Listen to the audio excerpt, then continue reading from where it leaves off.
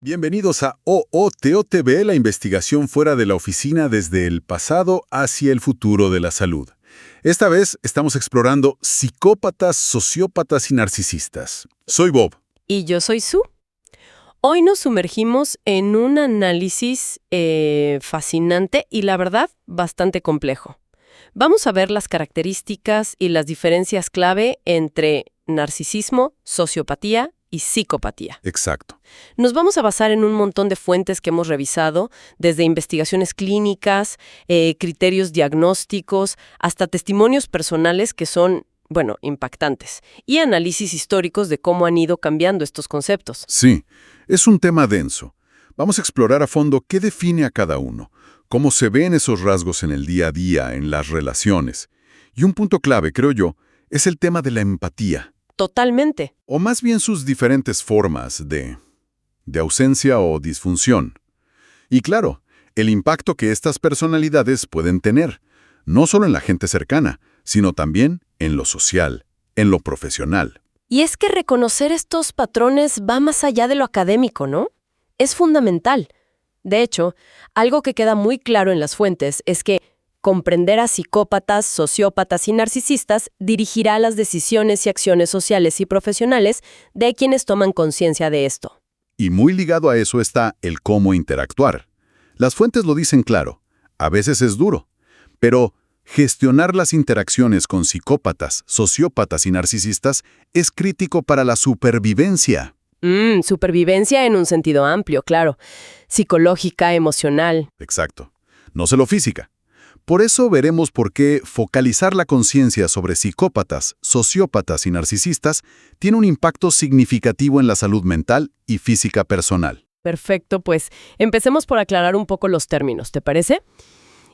Narcisismo, sociopatía, psicopatía. En la calle se usan casi como si fueran lo mismo. Sí, se mezclan mucho. Pero hay distinciones importantes, aunque, y esto es clave, no todos son diagnósticos oficiales formales de la misma manera en manuales como el DSM-5. Precisamente.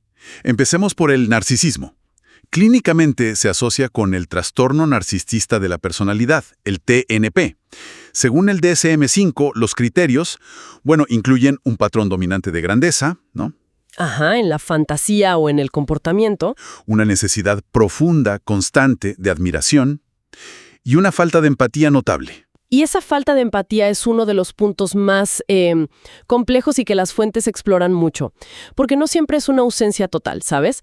A veces es más bien disfuncional o selectiva. Claro. Otros criterios importantes del TNP son, sentirse especial, único, tener fantasías de éxito ilimitado, poder, brillantez, un fuerte sentido de tener derecho a tratos especiales. Como que el mundo les debe algo. Exacto. O que se cumplan sus expectativas así, automáticamente. También ser explotador en las relaciones, sentir envidia o creer que le envidian, y actitudes arrogantes de superioridad. Es interesante también cómo las fuentes describen subtipos. No es algo de una sola pieza. Se habla del narcisista grandioso, que es como el prototipo, ¿no? Extrovertido, arrogante, busca atención. Sí, el clásico. Pero también está el vulnerable o encubierto. Ese puede ser más introvertido, hipersensible a la crítica, con sentimientos de vergüenza, de inadecuación, pero por dentro tiene las mismas fantasías de grandeza y necesita admiración. Su fragilidad se nota más. Cierto. Y esa fachada de confianza extrema, sobre todo en el grandioso, muchas veces esconde una autoestima súper frágil, que depende totalmente de la validación de fuera. Necesitan ser el centro, exageran sus logros, minimizan los de los demás y reaccionan fatal con ira o desdén, la ira narcisista, ante cualquier crítica o si sienten que no los admiran lo suficiente. Sus motivaciones, aunque sus métodos sean destructivos, giran mucho en torno a eso: ser aceptados, admirados, vistos como superiores. Bueno, pasemos ahora a la sociopatía y la psicopatía. Aquí la cosa se pone un poco más resbaladiza con los términos. Sí, porque como decíamos, sociópata y psicópata no son diagnósticos oficiales en el DSM-5 actual. El diagnóstico clínico que abarca estos comportamientos es el trastorno de personalidad antisocial, el TPA o ASPD en inglés. Exacto. El TPA se define por un patrón general de desprecio y violación de los derechos de los demás. Empieza en la infancia o adolescencia y sigue en la edad adulta. Los criterios incluyen cosas como, no adaptarse a las normas sociales, a las leyes, cometer actos que son motivo de detención una y otra vez. La deshonestidad también es clave. Mentiras repetidas, usar alias, estafar a otros para beneficio personal o por placer. La impulsividad, la incapacidad para planificar, la irritabilidad y agresividad, ¿no? Peleas físicas, agresiones. Despreocupación imprudente por la seguridad, propia o ajena. Irresponsabilidad persistente.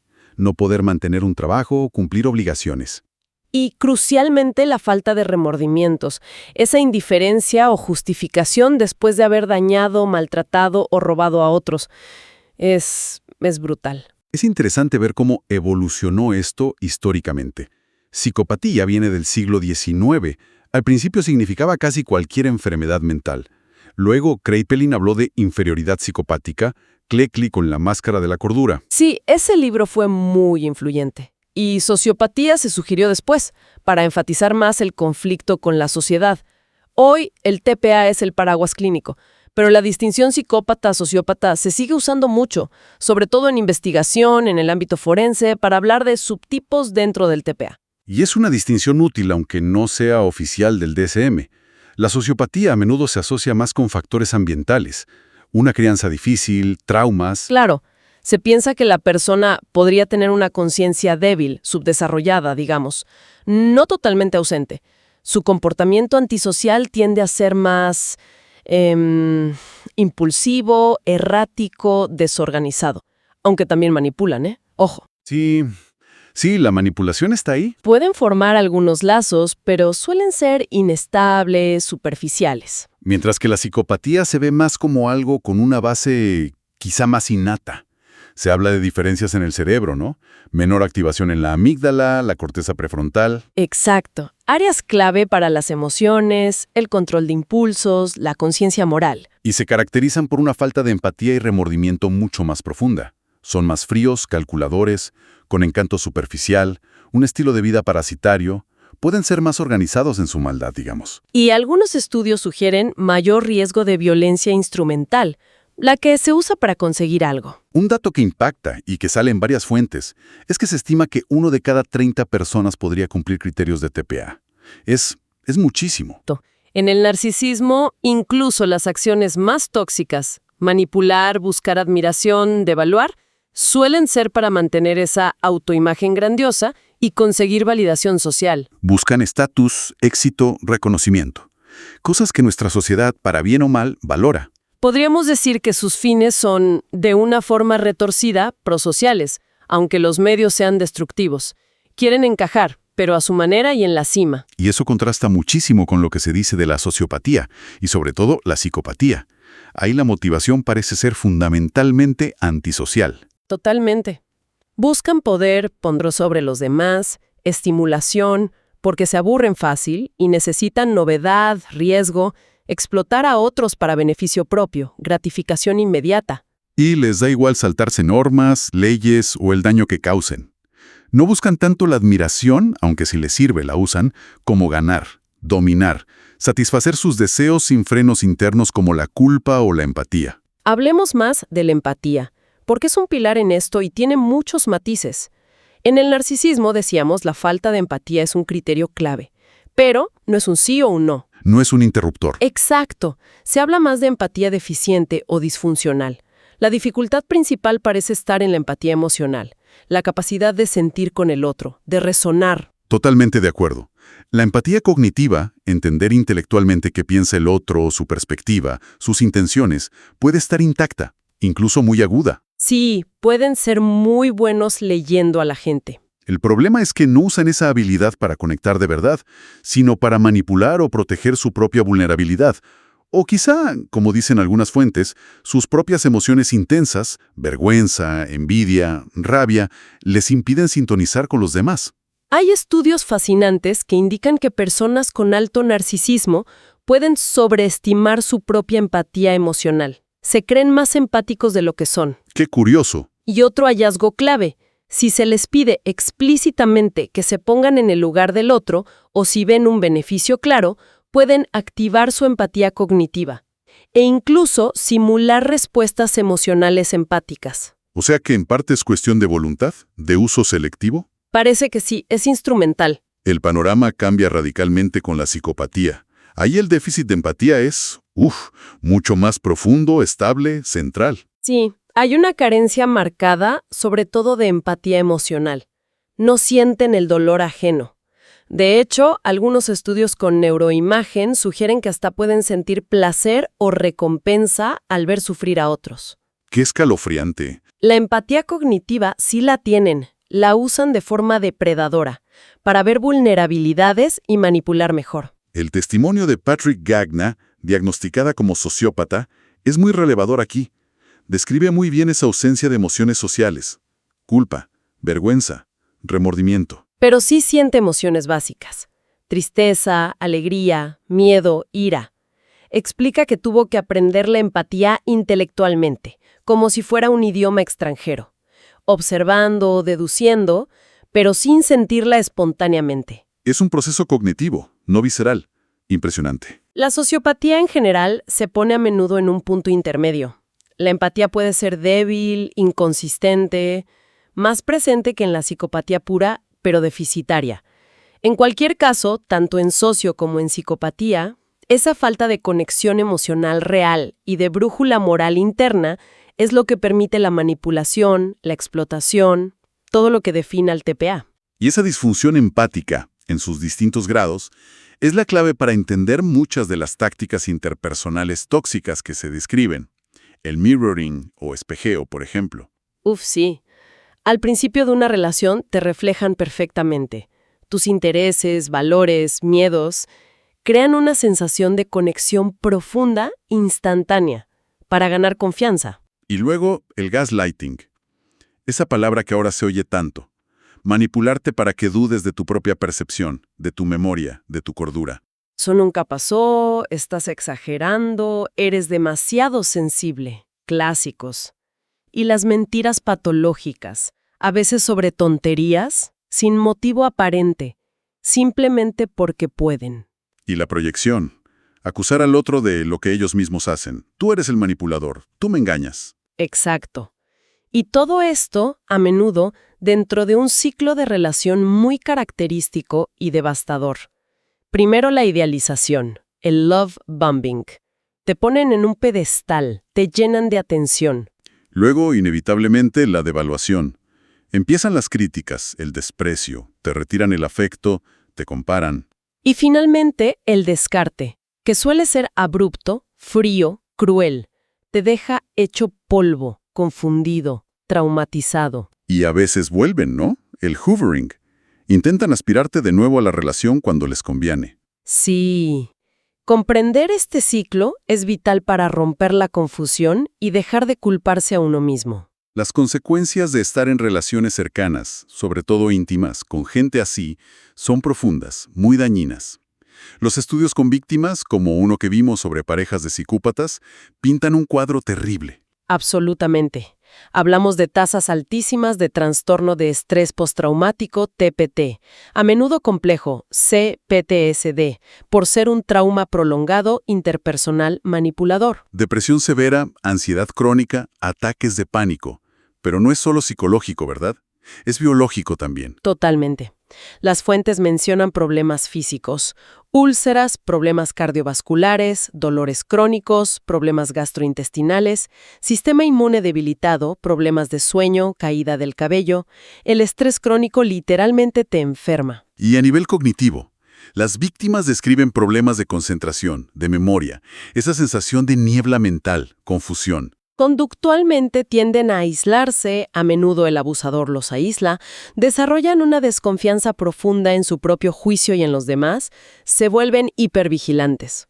Siempre en alerta. Un factor que predice mucho la severidad del daño es la polivictimización. Sufrir múltiples tipos de abuso emocional, psicológico, financiero, a veces físico o sexual, por la misma persona. Es por todo esto que las fuentes insisten tanto en la conciencia. No es exagerado decir que focalizar la conciencia sobre psicópatas, sociópatas y narcisistas tiene un impacto significativo en la salud mental y física personal. El primer paso, el más crucial, es poder reconocer los patrones. Ponerle nombre a lo que pasa. Esto es gaslighting. Esto es devaluación. Ayuda a romper esa disonancia cognitiva, esa tendencia a culparse. Y desde ahí se pueden poner límites. Y las estrategias de manejo que sugieren son muy prácticas. Si la relación no es esencial, una amistad tóxica, una pareja abusiva, lo más claro es limitar al máximo la interacción. Idealmente, contacto cero. Cortar toda comunicación para protegerse. Si el contacto es inevitable, un compañero de trabajo, un familiar, se sugiere el método de la piedra gris. Volverse emocionalmente indiferente, aburrido. Como una piedra, exacto. Ser cordial pero superficial, no dar información personal ni emocional, no reaccionar a las provocaciones. Otras estrategias importantes. Enfocar las conversaciones solo en lo necesario, evitar la confrontación directa o intentar ganarles, suelen ser maestros en escalar y manipular. Interactuar en público si se puede, y documentar los incidentes problemáticos por si acaso. Es fundamental recordar que gestionar las interacciones con psicópatas, sociópatas y narcisistas es crítico para la supervivencia, en ese sentido amplio de preservar la propia integridad. Ahora, ¿y el tratamiento para ellos, para las personas con TNP o TPA? Las fuentes son, bastante cautelosas. Sí, coinciden en que es complejo, las tasas de éxito son variables. Un problema enorme es la falta de insight. Muchos no creen tener un problema, o no les importa el daño que causan. Rara vez buscan ayuda por sí mismos, a menos que haya una crisis externa.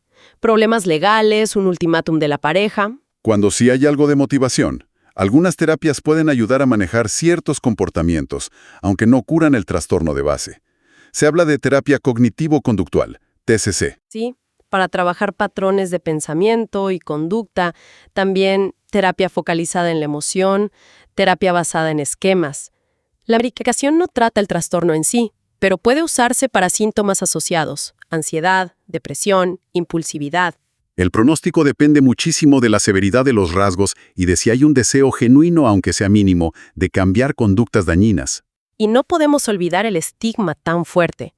La etiqueta de psicópata o narcisista a menudo significa malo, irredimible, como dice Patrick Kane. Eso es una barrera más para buscar ayuda. Sin embargo, su propio testimonio sugiere que entenderse a sí mismo, aceptar la propia neurodiversidad y encontrar formas auténticas de vivir, aunque sean diferentes, puede ayudar a reducir conductas destructivas.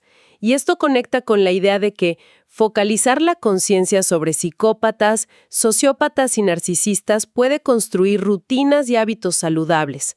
No solo para quienes interactúan con ellos, sino quizá también para quienes viven con estos rasgos y buscan un camino menos dañino. En resumen, lo que hemos visto hoy muestra que, aunque narcisismo, sociopatía y psicopatía comparten rasgos superficiales, egocentrismo, manipulación, falta de consideración, hay diferencias cruciales en la motivación de fondo, admiración versus poder-control, y en la naturaleza del déficit empático, disfuncional selectiva versus ausente instrumental. Es un espectro complejo, los límites a veces son difusos, pero entender estas distinciones es clave. Dirigirá las decisiones y acciones sociales y profesionales. Saber esto permite tomar decisiones más informadas y protectoras. Segundo, lo que ya dijimos, gestionar las interacciones con psicópatas, sociópatas y narcisistas es crítico para la supervivencia. No se trata de ir diagnosticando por ahí, sino de reconocer patrones peligrosos para proteger nuestro bienestar integral. Exactamente. Y por eso la consecuencia lógica es que focalizar la conciencia sobre psicópatas, sociópatas y narcisistas mejora exponencialmente la salud mental y física. Invertir en esta conciencia tiene un retorno directo en bienestar. Además, las fuentes dejan claro que focalizar la conciencia sobre psicópatas, sociópatas y narcisistas puede construir rutinas y hábitos saludables de autoprotección, de poner límites firmes. Y finalmente, es importante entender que focalizar la conciencia sobre psicópatas, sociópatas y narcisistas requiere tener una conciencia básica y un proceso para proporcionar el resultado deseado para la seguridad y la salud mental y física. No es algo pasivo, requiere aprendizaje activo y aplicar estrategias conscientemente. Y para cerrar, dejamos una reflexión pendiente, algo para seguir pensando después de hoy. Sabiendo lo increíblemente hábiles que pueden ser estas personalidades, sobre todo las de alto funcionamiento, las exitosas, para enmascarar sus rasgos, proyectar encanto, manipular, a veces hasta ser admiradas en ciertos entornos, Sí, eso es lo más desconcertante a veces. ¿cómo podemos, como individuos y como sociedad, cultivar un discernimiento más agudo para identificar estas dinámicas tóxicas en el día a día, sin caer en una paranoia generalizada o un cinismo que también nos haga daño? Es un equilibrio muy delicado. Una pregunta crucial para el futuro. Sin duda, eso es todo por hoy en esta exploración con OOTO TV. Gracias por acompañarnos. Esperamos que esta información detallada sea útil y fomente una mayor reflexión y cuidado en todas las interacciones. Hasta la próxima.